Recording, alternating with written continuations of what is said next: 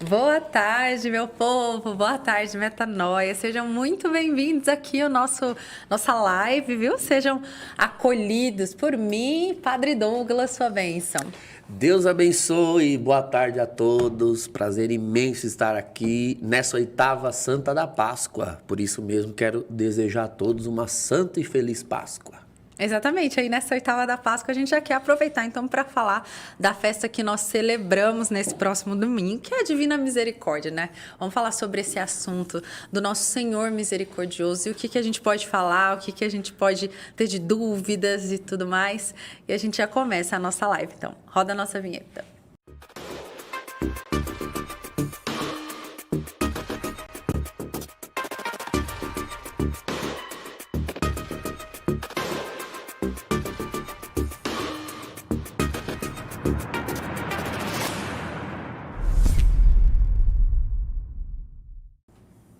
E aproveitando já, ó, a gente tá aqui com a nossa água, nosso amendoinzinho e tal.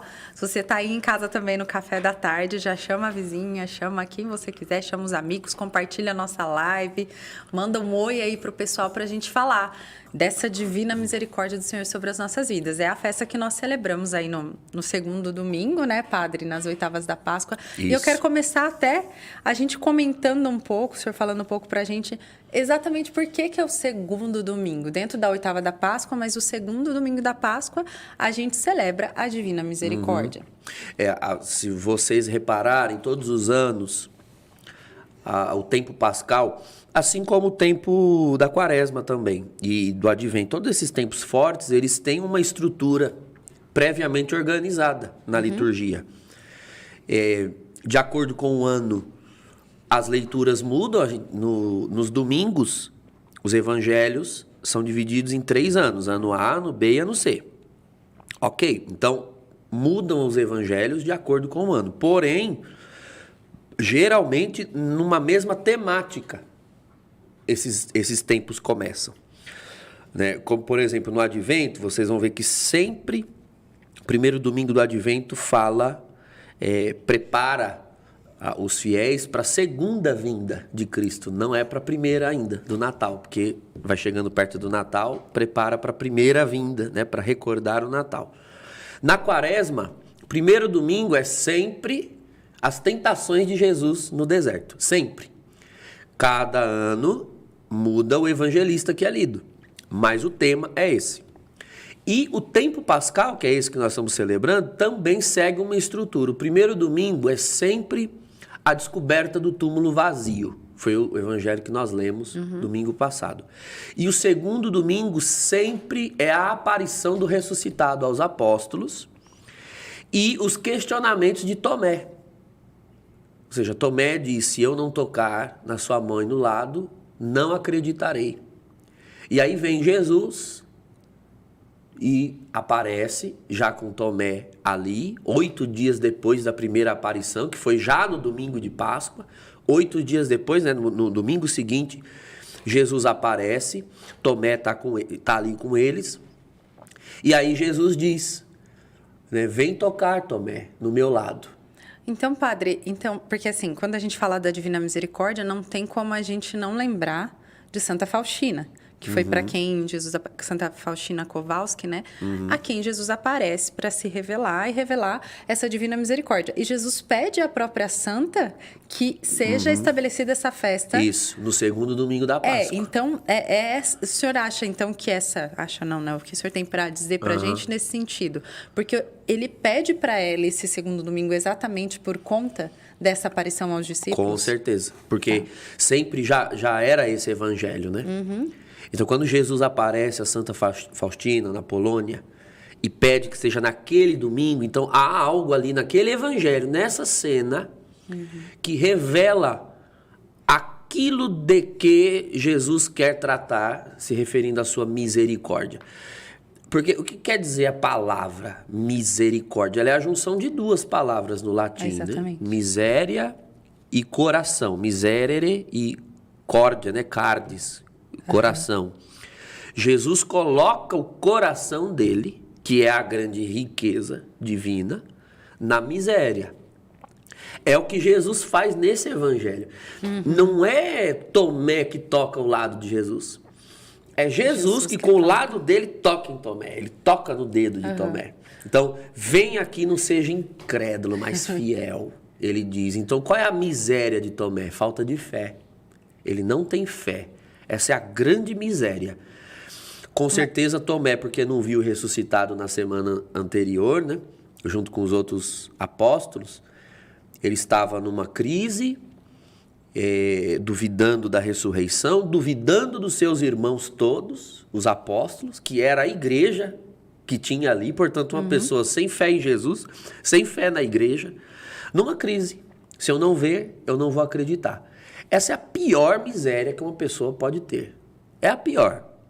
Qualquer outra miséria é tolerável, mas você não ter a fé, você não ter a revelação, você não ter a Deus,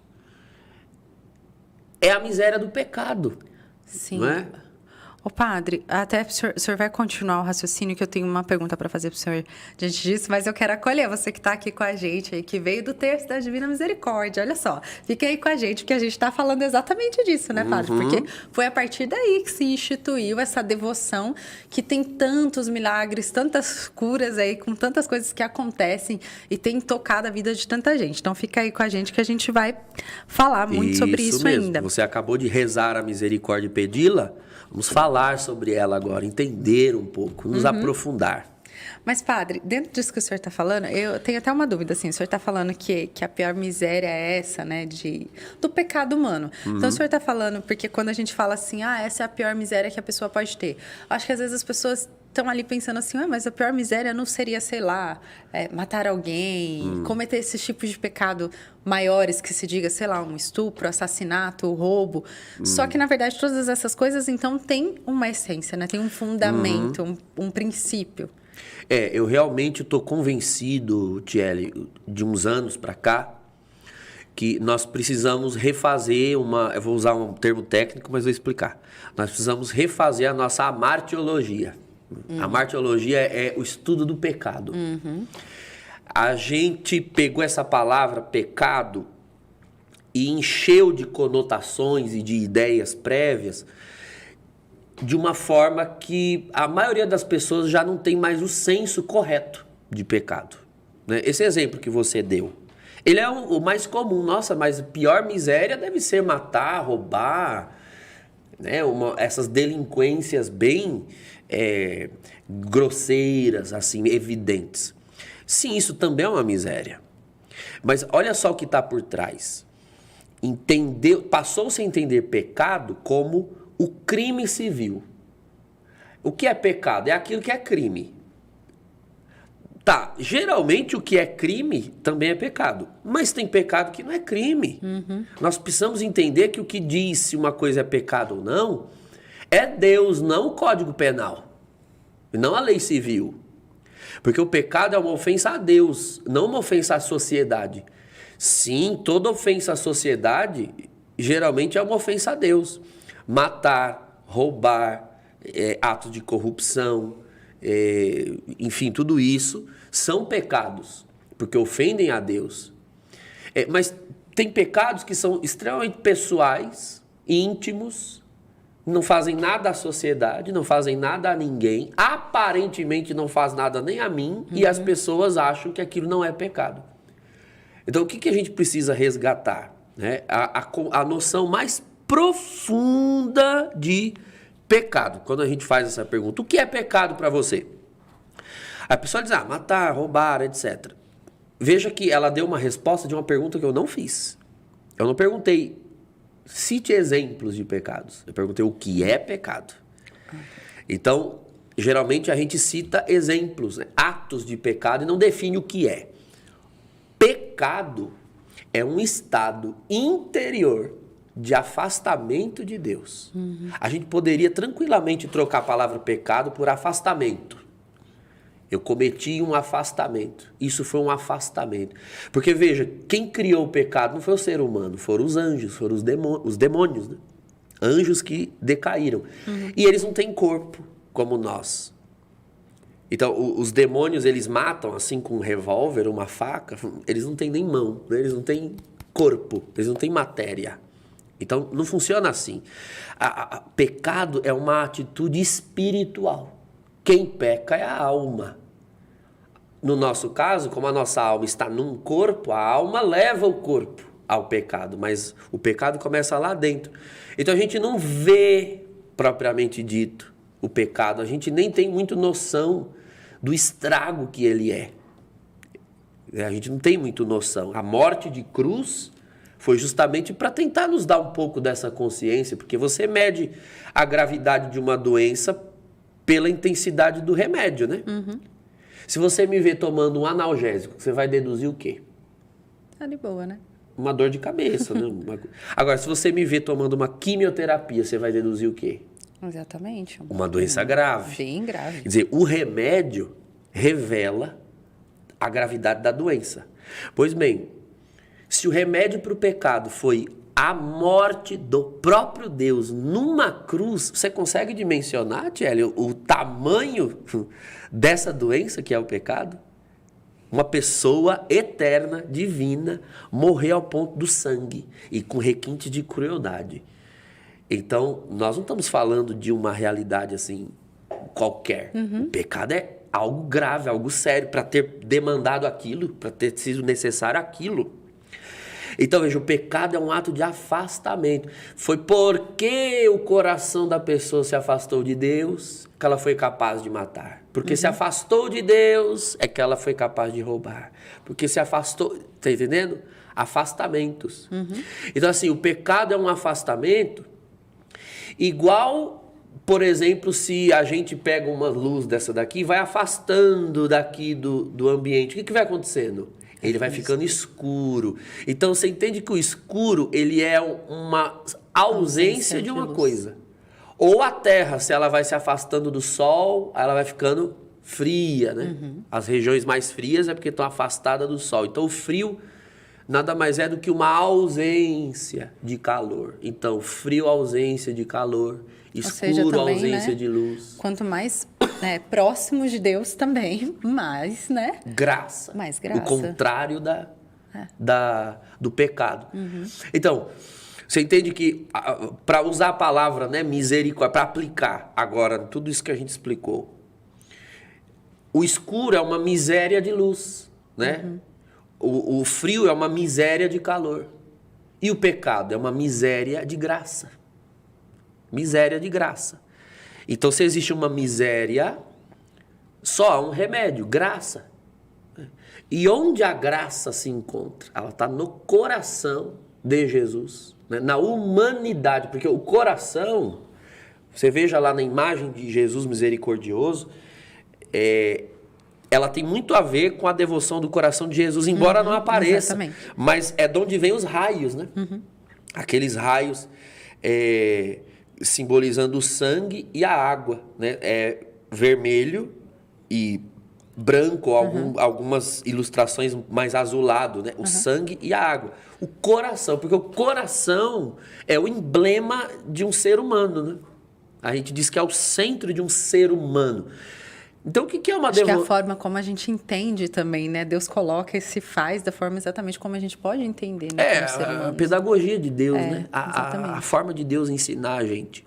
Então, quando a gente diz que a misericórdia de Deus está no coração de Jesus, ou vem do coração de Jesus de onde jorra a misericórdia, né? Como fonte de misericórdia. Ó coração, ó sangue e água, que jorraste do coração de Jesus como fonte de misericórdia. O que essa expressão quer dizer? Que a misericórdia de Deus está na humanidade de Jesus, na natureza humana de Jesus. Ou seja, quando Deus desceu e se fez homem, quando ele adquiriu humanidade, nesse momento ocorreu a misericórdia.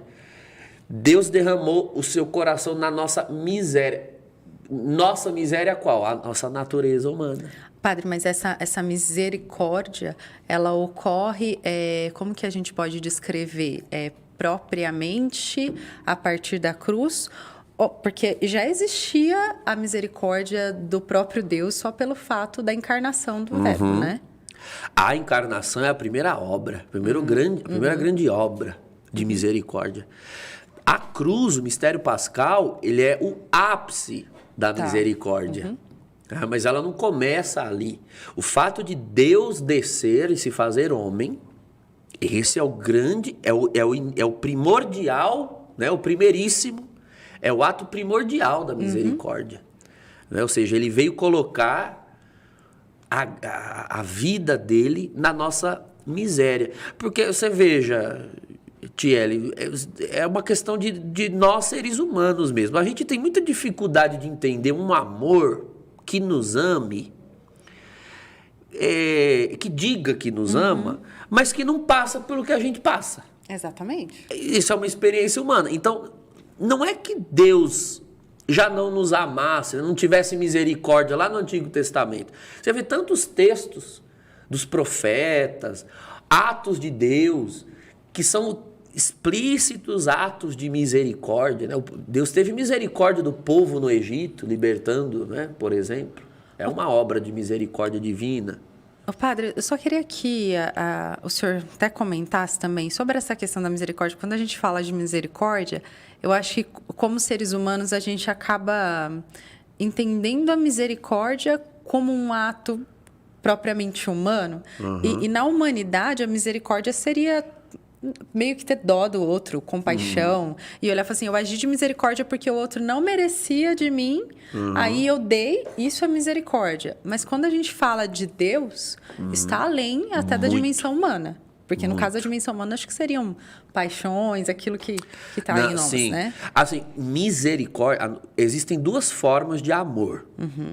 Duas formas de amor no sentido da relação entre Deus e o homem. A caridade e a misericórdia. Caridade, que a palavra é uma palavra que remonta a caro, né? Como santidade para santo, fidelidade para fiel, caridade para caro.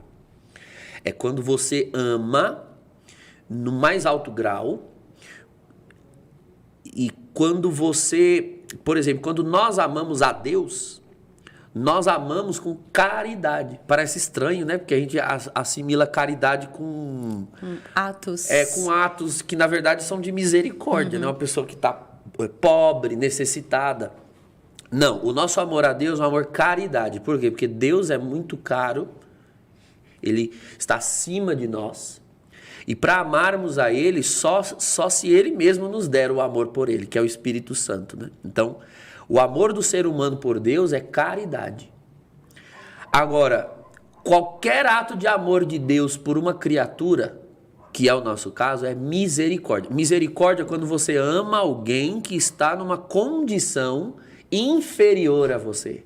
Por isso, misericórdia. Eu tenho o coração e você tem a miséria. Ou seja, eu tenho a riqueza e você tem a pobreza. E o meu ato de te amar será justamente de colocar riqueza na sua pobreza, né? Colocar luz no seu escuro, colocar calor no seu frio. Foi o que Deus fez, é o que Deus faz conosco.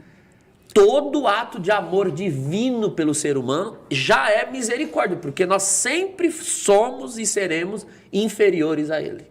Tá, aí o senhor chegou num ponto que eu queria perguntar também, mas antes de perguntar, só querendo deixar aí para vocês, gente, pode mandar as perguntas aqui, o Pá tá aqui para responder também, mas compartilha com a gente suas ideias, manda aí o que você pensa, o que é misericórdia para você, o que você sente, até com essa devoção, né, da Divina Misericórdia, pode mandar aqui pra gente ler aqui nos comentários, tá bom?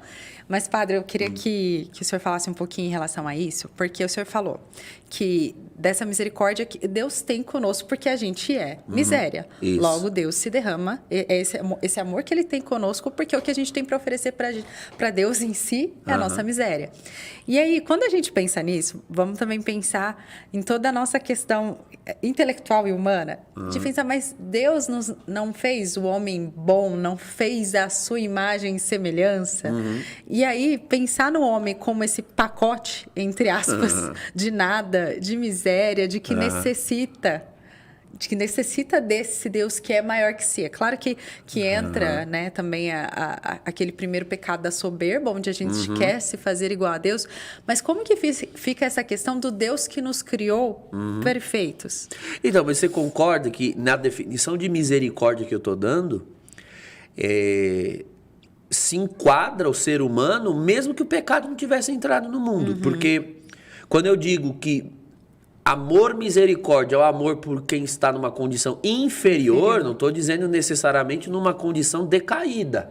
Ótimo. Adão e Eva, antes do pecado, não estavam decaídos, mas eram inferiores. Pelo fato de ser criatura. Criatura sempre é inferior ao Criador. Então, Deus, no Jardim do Éden, no paraíso, amando Adão e Eva antes do pecado, isso já era misericórdia. Já era misericórdia. Eles estavam perfeitos, bons, cheios de graça, mas em relação a Deus, eles eram miséria. Continuavam, ainda eram miséria. Então, entenda que assim, a miséria ela não é simplesmente o pecado. Ela é a pior das misérias. A gente deixou bem claro no começo. É a pior das misérias. Mas o simples fato de nós sermos, por exemplo, contingentes, né? É uma palavra que a gente usa pouco. Contingente a gente é fraco, frágil, adoece, sofre frio, sofre fome. Isso é contingência, ou seja, a gente é frágil. Adão e Eva, por mais que tivessem os dons préternaturais, eram frágeis. Essa fragilidade ela era limitada pelos dons préternaturais, não é? Por exemplo, é próprio da natureza humana morrer. Mas Adão e Eva, antes do pecado, eram imortais. Por quê? Pela própria natureza? Não. Porque Deus dava o dom da imortalidade. Então havia um dom préternatural que não está na natureza. Por isso esse nome, préternatural. É colocado na natureza, mas não é próprio dela. É próprio da natureza de Deus ser imortal. Das criaturas, não. Então Deus dá o dom. Ora, dar um dom a uma criatura que não o tem, isso já não é misericórdia, né? Deus está colocando ali onde não tem. Está colocando onde não tem. É a melhor definição de misericórdia.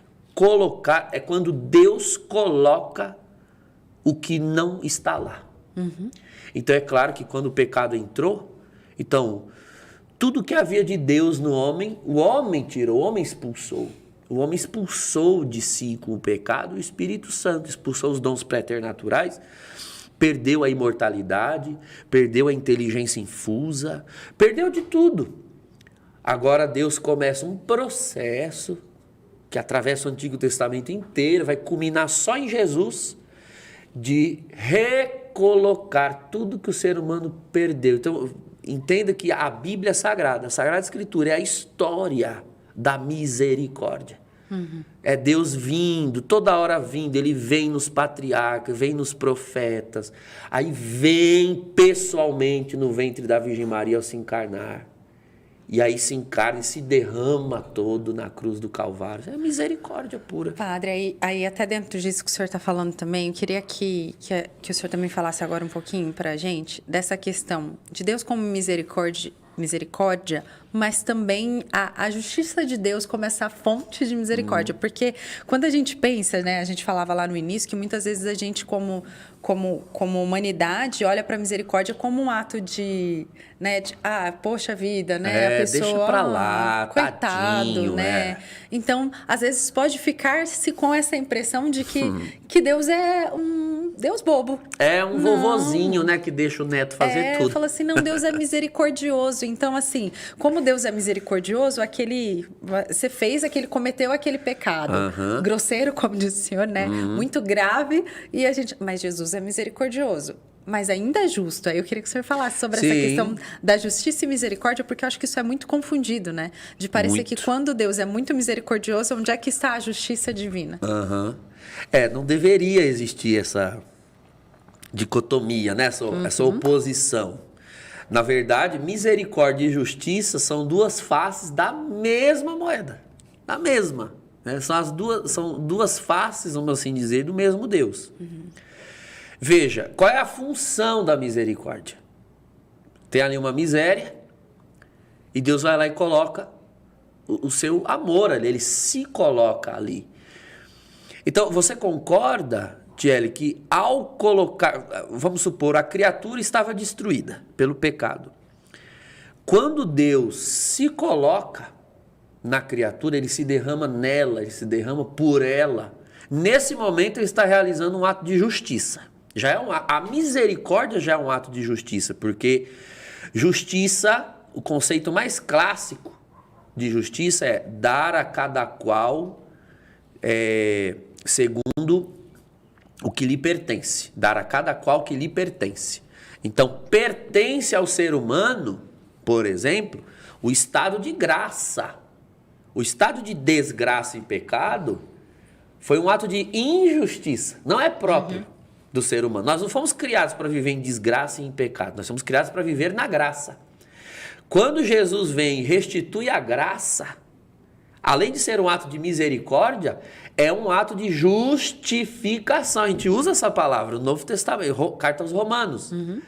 Cristo veio para nos justificar. Então, o primeiro ato de justiça é a própria misericórdia. Agora, qual é a noção desgastada que se criou da palavra misericórdia? É a confusão dela com a noção de dó. De dó. Então, poxa vida, tadinho, ele errou, ele pecou, deixa quieto. Não, deixar quieto não é misericórdia e não é justiça. Vamos pegar as parábolas da misericórdia. Lucas capítulo 15. Você quer entender a misericórdia? Olha aquelas parábolas. Uma delas, a mais longa e mais famosa, a do filho pródigo. Então, o filho, quando ele chega na casa do pai, nos braços do pai, ninguém questiona que aquilo é um ato de misericórdia. O filho todo detonado, por culpa dele mesmo. E aí o que o pai faz? Pega o filho detonado, abraça o filho detonado e deixa ele detonado? É o que está escrito lá? Não. A misericórdia do pai manda imediatamente que os servos ponham um anel no seu dedo, tragam a melhor túnica, ponham sandália nos seus pés. Em outras palavras, misericórdia é quando você olha a miséria do outro, não foge dela, pelo contrário, você abraça o outro na miséria dele e ao abraçar, veja bem, esse passo que é tirado dessa noção desgastada e errada de misericórdia. Ao abraçar o outro na sua miséria, o próprio abraço tira da miséria. Tira. Se não tira da miséria, então não foi misericórdia. Foi negligência. Então, às vezes, o que está por trás da palavra misericórdia, tem que ter misericórdia. O que está por trás? Deixa lá. Ué, mas se deixa lá, não é misericórdia, então. Ótimo. É negligência, é omissão. E, portanto, uma misericórdia falsa, não é misericórdia. O pai tira o filho de lá do meio da rua, da estrada, e traz para dentro de casa. Devolve a ele o lugar de filho. Então, você vê uma pessoa no pecado, toda errada, e não faz nada para tirá-la de lá. As pessoas, sei lá, os jovens pecaram contra a castidade. Esses aqui pecaram contra isso. Bom, então o que nós vamos fazer? Vamos deixá-lo? Não, deixa eles pecando, porque a gente tem que ter misericórdia. Olha a contradição da frase. Deixa eles pecando, porque a gente tem que ter misericórdia? Não é... É contraditória. A própria frase é contraditória. Se eu vou deixar pecando, então não estou tendo misericórdia nenhuma, porque não é justo. Veja. Nossa, o senhor falou um negócio tão importante, porque eu acho que a gente faz muito isso com a gente mesmo, às vezes, né? Você fala assim, Deus tem de misericórdia de mim porque Ele me conhece, Ele sabe que eu não consigo. Às vezes a gente escuta muito isso, né? E o senhor falava, eu fiquei pensando. E é exatamente o contrário, porque a misericórdia de Deus faz exatamente, sim, mostrar o que a gente não é capaz sozinho, mas o quanto a gente é capaz pela força do Espírito Santo. Então, deixar uma pessoa continuar no pecado por achar que ela, tudo bem, a mesma coisa que dizer que a pessoa não é capaz de sair daquilo também, né? Que ela não é... Por exemplo, eu já vi isso até dentro da igreja, que tudo bem, eles estão se conhecendo, estão namorando, hoje em dia não é mais do mesmo jeito, então eles podem ficar juntos, porque Deus entende também que o mundo é diferente. Falou assim, peraí, mas... Deus também sabe da capacidade que Ele mesmo colocou no homem de viver sim. Pois é. Segundo as suas leis, segundo a lei por amor, né, Padre? Porque eu acho que também não dá pra gente falar da lei como uma obrigação que a gente tem a seguir para parecer que aquilo aprisiona o homem. Porque é muito contrário, assim. Pelo contrário, para libertar. Exatamente, né? Que misericórdia é essa que deixa a pessoa na miséria dela? Exatamente. Então, não é misericórdia. A misericórdia de Deus milita em favor do miserável. Outro texto que sempre é usado como emblema de misericórdia é a mulher pega em flagrante adultério. Então Jesus diz, bom, quem tiver todo mundo gosta desse trecho, né? Então quem não tiver pecado, seja o primeiro a atirar a pedra. Então você não pode me atirar a pedra porque você tem pecado. Você não pode. Beleza, vamos ler o texto até o fim, pelo amor de Deus. Mulher, onde estão os que te condenaram? Onde estão os que estavam aqui? Ninguém te condenou? Ninguém, Senhor. Muito bem. Eu também não te condeno. Vá em paz e não peque mais. O texto termina assim: vá e não peque mais. Então a misericórdia perdoa e dá chance. Mas chance para quê? Para ficar no pecado? Não, para sair dele. Isso é misericórdia, para sair dele. Eu não consigo. Claro que não consegue. Se você conseguisse, você não estaria precisando de misericórdia. Exatamente. Né? É óbvio. Então, quando você diz assim, eu não Nem consigo, de Deus em si mesmo, e né? não tenta, não pega na mão de Deus, não reconhece que você precisa de ajuda, não é para sair do pecado, você está se condenando à miséria. Na verdade, você está se fechando à misericórdia. Né? Você está se fechando a uma ação que a graça de Deus deseja realizar. Então, nós precisamos tomar esse cuidado de ficar pedindo a misericórdia e quando ela quer agir, a gente não deixa. Exatamente. Não é? Quantos aí, talvez às 3 da tarde, você pegou o seu terço da misericórdia, rezou, né? Tem de misericórdia de nós do mundo inteiro, tem de misericórdia de nós do mundo inteiro. Mas aí a misericórdia está chamando você para sair de um adultério, sair de uma fornicação, sair de um vício, sair de uma depravação, sair de uma corrupção, sair de um mau hábito, perdoar alguém, e aí você nem tenta. Então, você pediu misericórdia para quê? Para não te ajudar em nada. Mas não está na videira, né? É. Aí não consegue. Vou aproveitar, Padre, aqui para fazer a pergunta do Geones. Geones, eu acho que é. Geones Peixoto. Boa tarde, irmãos. Boa tarde, Geones. Deus te abençoe, viu? A bênção, Padre Douglas. Deus abençoe, Geones, lá de Rondônia, o Geones. Boa pergunta dele, Padre. Poderia explicar a relação da misericórdia de Deus diante do pecado do suicídio? Realmente. Acho que é legal começar até com essa questão que ele falou, pecado do suicídio. Mas como que funciona o suicídio como pecado também, né? Dentro disso tudo. O pecado, eu não diria necessariamente pecado. Eu diria o mal do suicídio. Exatamente. O suicídio é um mal em si mesmo, isso é incontestável. Agora, ele pode ser imputado como pecado, isso vai depender muito do nível de consciência de que gozava a pessoa ao cometer esse ato. Porque vamos examinar o suicídio em si mesmo. É do ser humano, como é de todo ser vivo, o instinto natural de autopreservação. É natural. Não sei se vocês já fizeram a experiência de, sofrer uma queda, bater o carro, ou ser assaltado. Enfim, momentos de extremo perigo à sua vida. Naquele momento, o seu corpo, ele reage. Você sente como o corpo reage. Uma descarga de adrenalina, as pupilas dilatam, suor, né? O coração bate mais rápido, como que preparando o corpo para fugir, para reagir. Então, é do instinto humano lutar para viver. É do nosso instinto. Não há nada no nosso instinto humano que preveja uma situação de se autoeliminar. Então vocês concordam que uma pessoa, para chegar ao ato do suicídio, ela está fora do seu estado natural? Totalmente fora, porque não é natural. Alguma coisa levou a pessoa num alto grau de sofrimento interior, que nós não dimensionamos, e a pessoa querendo se livrar não da vida, ela não queria se livrar da vida, mas querendo se livrar do sofrimento interior, da dor, né? achando que o sofrimento está na vida e não no tempo, porque é um equívoco que o suicida comete.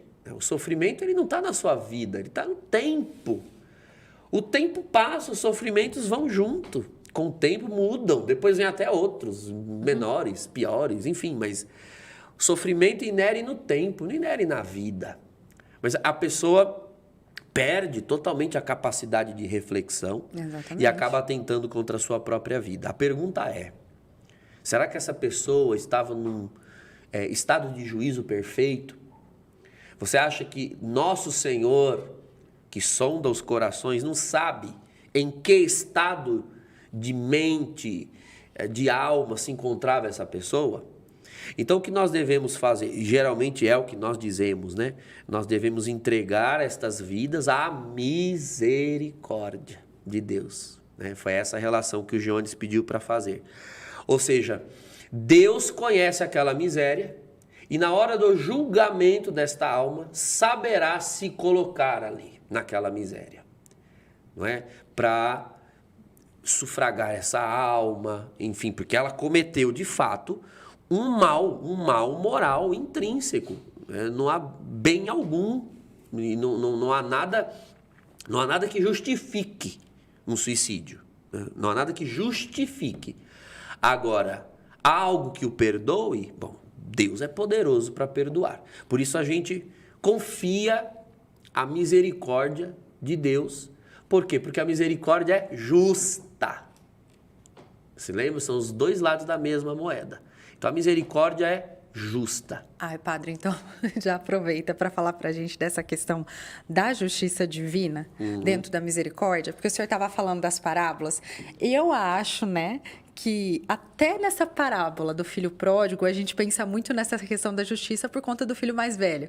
Porque fala assim, poxa, o próprio filho fala, eu sempre estive aqui convosco e o senhor nunca me deste um cabrito. E tudo que é meu é teu. Mas tem uma outra parábola também que eu acho interessante a gente pensar dessa questão da justiça divina, que é aquela do pagamento que o dono dá no final para cada servo, que dá a mesma quantia para aqueles que chegaram antes e para os que chegaram depois. E para a gente, na nossa justiça humana, você fala assim, pera, mas que pai é esse, né, que vai lá e dá um cabrito pro filho que gastou tudo dele, voltou, ficou com mulher, gastou o dinheiro dele com a mulherada e sofreu. Na nossa justiça humana, o mínimo, que bom que ele sofreu então, né? Mas ele volta para casa, o pai abraça, dá tudo de novo. E aí lá no trabalho, para aquelas pessoas diferentes, que chegaram em estados diferentes, Deus também dá a mesma coisa. Que justiça é essa, né? Pois é, porque o nosso conceito de justiça é muito jurídico. A gente entende que a justiça ela deve ser feita em relação aos atos da pessoa e não à condição dela. Então, agora, é a forma de nós fazermos justiça, por quê? Porque nós fazemos justiça assim, olhamos os atos e dizemos que ela precisa pagar isso, pagar aquilo, etc. E é certo. Da nossa perspectiva é certo. Por quê? Porque nós não conhecemos corações, nós só conhecemos atos. Eu só sei de você o que você disser e fizer. Eu não conheço o seu coração, eu não conheço a sua história, eu não conheço os seus sentimentos, eu não estou no seu lugar para sentir, então eu só posso agir em relação aos seus atos. Só que essas parábolas, elas querem demonstrar a justiça de Deus e por isso que a misericórdia, ela é justiça e vice-versa, a justiça é misericórdia, porque Deus dosa tanto a justiça quanto a misericórdia no conhecimento que ele tem do ser humano todo, não só nos atos. Foi justo, né? É uma pergunta. O que o pai fez com o filho mais novo, né? O filho pródigo, foi justo em relação aos seus atos? Não, não foi justo. Em relação aos atos, não. O filho mais velho conhece os atos do seu irmão, né? Os atos eram conhecidos. Só que o pai, na parábola, é um evidente exemplo de Deus. Deus conhece não só os atos, conhece o coração.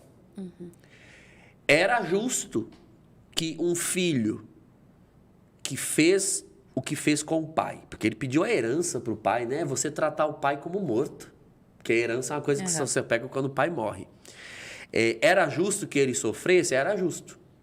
A pergunta é, ele não sofreu? A parábola deixa claro.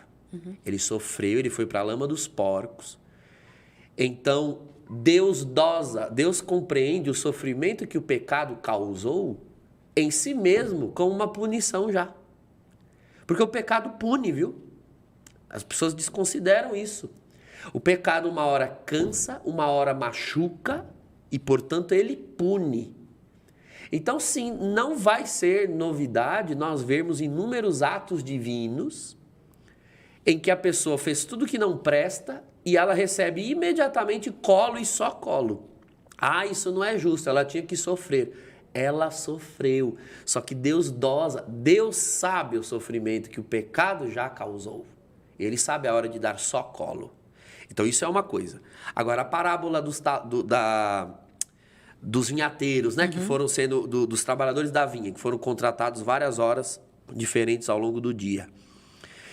Repare ali, existem vários comentários para essa parábola. Eu gosto muito de um comentário da patrística que diz que cada um é contratado à medida em que era capaz de trabalhar.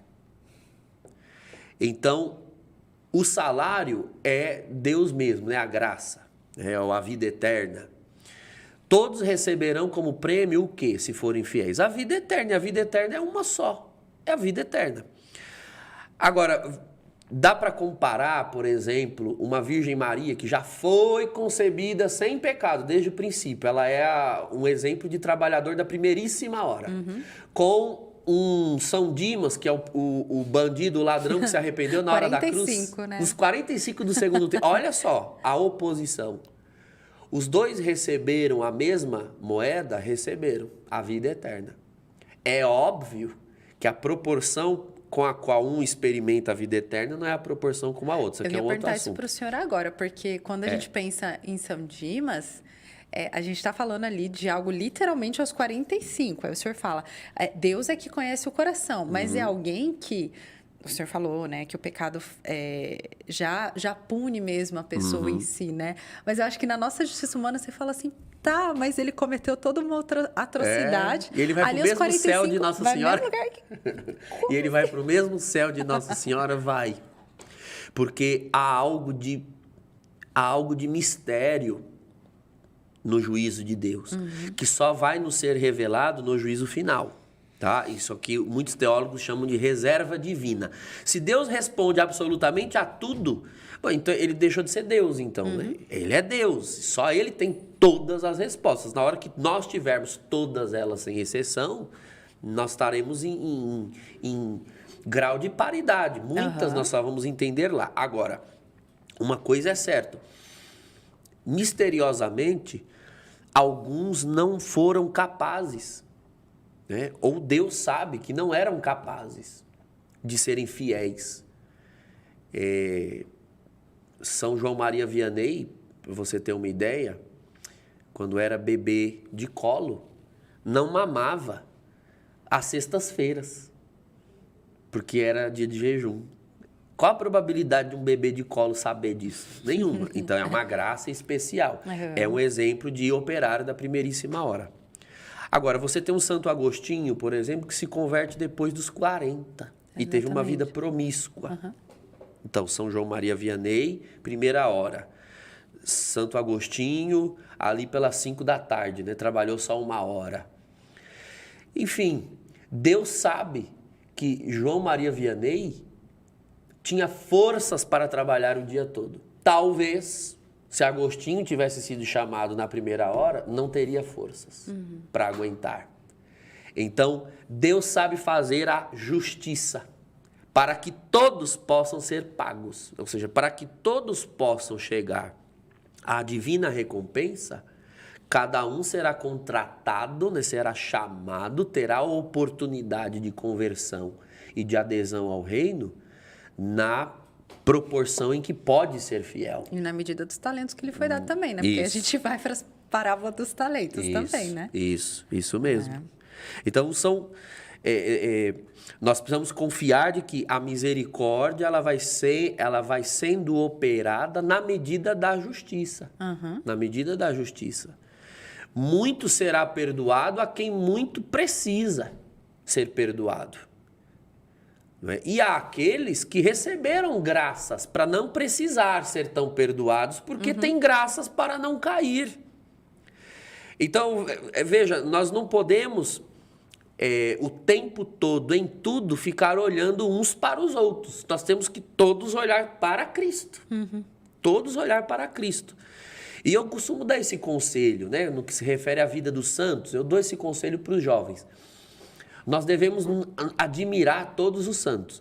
Mas na hora de você equiparar a sua vida à vida dos santos, você precisa selecionar aqueles cujo estado de vida, por exemplo, tenha mais a ver com o seu, para que você se espelhe.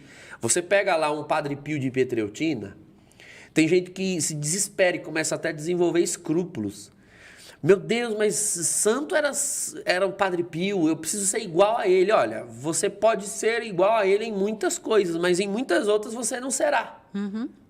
Não adianta ficar forçando a barra, porque ele recebeu graças especiais.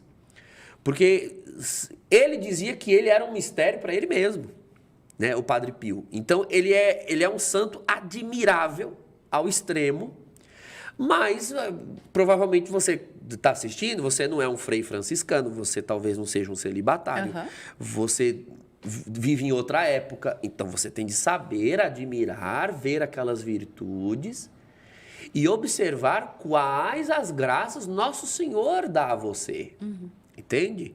A justiça e a misericórdia de Deus em Pio de Pietreutina são numa dose. Exatamente. A justiça e a misericórdia de Deus na minha vida ou na sua serão na dose compatível com a minha natureza. E às vezes Deus está até tentando, né, Padre? Derramar graças específicas para a sua vida em santidade, mostrar a sua vida em santidade para os outros, aí te dá graças para que você viva a santidade. Você está preso, às vezes, em coisas que a gente queria porque vê no outro santo, né? Eu concordo.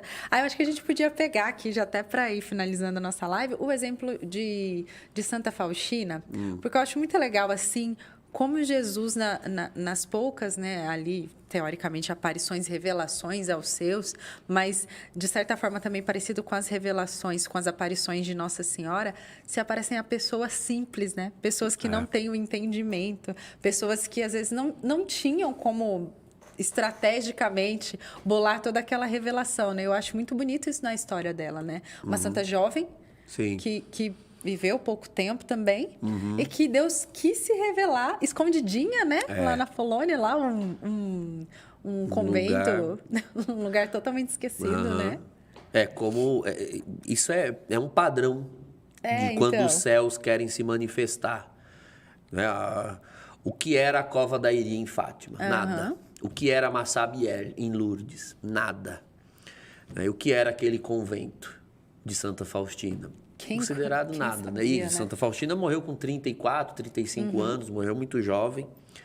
Então, são revelações que Deus dá, primeiro, a pessoas preferencialmente simples, incultas, justamente para evidenciar a pureza da revelação, realmente, para que fique claro que é algo que veio de fora da pessoa, divina, porque ela humanamente não teria condições de elaborar uma coisa daquela. Então, Deus se manifesta nessas. E, em segundo lugar, porque toda manifestação de Deus, ela precisa cooperar para a salvação de todos, inclusive do vidente. Então, há pessoas que talvez, né, eu quero crer que jamais verão coisa alguma extraordinária, porque para elas seria uma ocasião de soberba, de arrogância. Eu sou vidente, eu vi.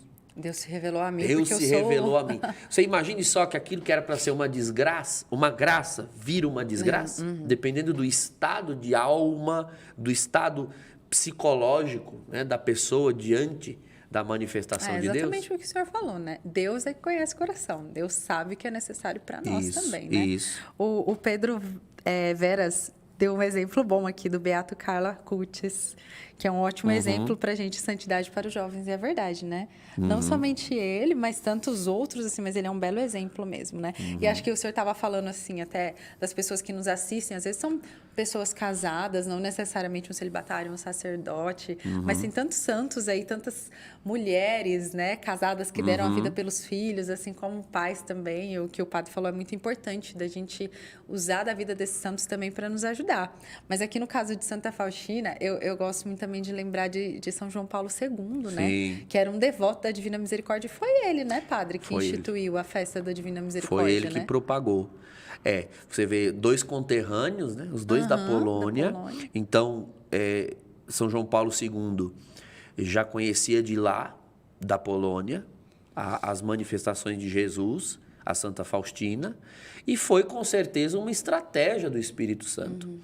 A ascensão de Karol Wojtyła ao pontificado, justamente para tornar a festa mais conhecida e justamente para proporcionar à humanidade toda, à igreja toda, as promessas anexas à devoção da Divina Misericórdia. Jesus prometeu que aqueles que venerassem aquele quadro que ele mesmo revelou a Santa Faustina para que pintasse, nos lugares onde fosse venerado o quadro e ali onde fosse invocada a misericórdia de Jesus diante daquele quadro, que essa misericórdia se faria experimentar, que ela se revelaria àquelas casas, famílias, etc. Então, tesouros assim não podiam ficar escondidos. Né?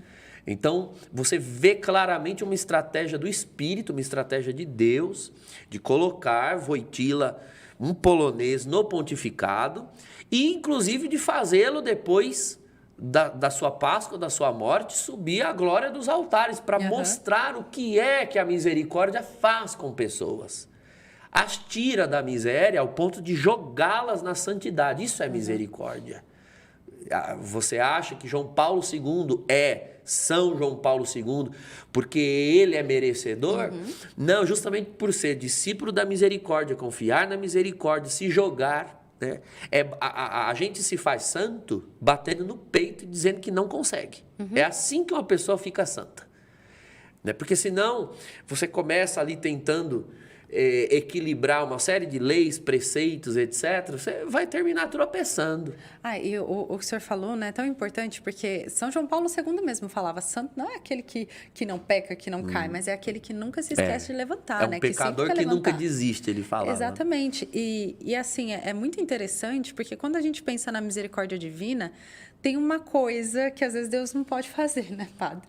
Ser misericordioso com quem acha que não tem miséria também, né? Porque se a gente não reconhece, a gente não consegue enxergar que nós somos passíveis, né? Que nós somos necessitados dessa misericórdia, Deus nem pode agir na nossa vida com misericórdia verdadeira. Então, essa misericórdia muitas vezes não nos alcança, né? Se eu estiver falando besteira, o senhor me corrija. Mas é verdade, assim, às vezes a gente está esperando tanto de Deus, mas ao mesmo tempo a gente não deixa Deus entrar onde Ele precisa entrar, porque a gente quer resolver aquilo sozinho. Digo isso por experiência própria também, né? A gente quer ser bom o suficiente, né? Não quer dizer exatamente isso que o senhor falou.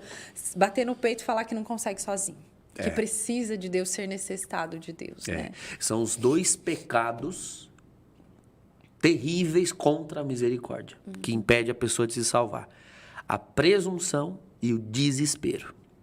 Então, esse que você deu de exemplo é o desespero. Aliás, não, a presunção, né? Que a pessoa que ela acha que ela não tem miséria. Pode fazer, né? Não, mas eu não tenho miséria. Eu sou pessoa boa, aí começa a se auto-justificar, a se auto-louvar. Ou algumas até dizem, não, eu tenho miséria, né? Porque todo mundo tem. Mas aí você pergunta para ela, você sabe quais são as suas? Ela não sabe. Ela só diz que sabe que tem, mas não sabe quais são. Então isso, infelizmente, é uma presunção. Você não deixa Deus te enriquecer porque você não identifica as gavetas vazias. Se você não sabe quais são as gavetas vazias, você não vai abri-las para que ele venha e encha. E essa era a dor do coração de Jesus, né? É. Que nós não confiamos no seu coração Não misericordioso. confiamos. Agora, tem o desespero, que é o outro lado, é o outro oposto. Que a pessoa que acha que ela é tão miserável, mas ela é tão pecadora e ela errou tanto e tão feio que não tem mais solução para ela. Não tem solução, não tem salvação, Deus não pode me perdoar. Limita a capacidade do amor de Deus. O que eu fiz foi terrível e assim ela desespera, ela entra em desespero. Os dois, no fundo, são a mesma coisa, né? A presunção e o desespero fecham, bloqueiam a misericórdia e ela não pode entrar. Por isso são chamados por Santo Tomás de pecados contra o Espírito Santo. Porque os dois nos afastam. Nos afastam, De não deixa Deus, né? Deus nos amar. Olha só, né? Ah, padre, eu tava lembrando aqui, também me corrijam, agora a gente tá finalizando, né? Só temos uns minutinhos, né? Mas eu lembrei de uma curiosidade, São João Paulo II morreu na véspera, né? Véspera não, né? Porque já era noite, né? Então ele morreu na festa da Divina Misericórdia, festa da Divina Misericórdia, um outro sinal, que foi em abril, né? E foi um sinal que Nosso Senhor deu para toda a igreja, de que realmente aí está um filho da misericórdia entrando finalmente, né, no reino da misericórdia, porque confiou nela a vida toda. Foi um sinal belíssimo. É lindo, né? Eu acho que é assim que a gente encerra a nossa live, né, Padre? Se tiver mais alguma coisa aí para colocar para quem nos acompanha aqui, estamos rezando por vocês e o pessoal colocou aqui bastante oração. Maravilha. Aqui no final eu vou até pedir para o Padre dar uma benção para a gente, para cada um de vocês que nos acompanhou, também ficou aqui com a gente nessa live, que a gente possa, né, cada vez mais se munir aí da Divina Misericórdia de Deus sobre as nossas vidas, colocando o nosso coração à disposição de Deus para que Ele tenha espaço para entrar, né? Para que Ele tenha espaço para agir de misericórdia conosco, né? Isso mesmo. Confie na misericórdia de Deus e nunca se esqueça, o lugar de recebê-la por excelência é a santa e sagrada confissão. Entre na fila dos miseráveis. É ali que a gente entra miserável, como quem entra assim, falido num banco e sai de lá com uma fortuna inestimável, né? Quando reconhece as misérias.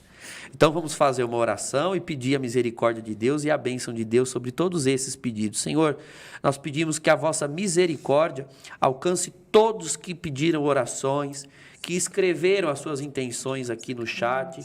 Senhor, o teu poder é infinito e glorioso para alcançar, para fazer uma obra maravilhosa de libertação, de cura emocional, física, espiritual. Milagres tu podes realizar. Nós confiamos na tua misericórdia e pedimos, opera gloriosa e poderosamente na vida de todos aqueles que trazemos agora nos nossos corações, Senhor. Que o Senhor vos abençoe e vos guarde e livre de todo mal. Em nome do Pai e do Filho e do Espírito Santo. Amém. Amém. Que Deus abençoe muito você, abençoe sua vida, sua família, abençoe Padre Douglas, muito obrigada. Amém. E nós nos vemos semana que vem aqui nesse mesmo horário, aqui no canal do YouTube da Rede Século XXI. Fiquem com Deus.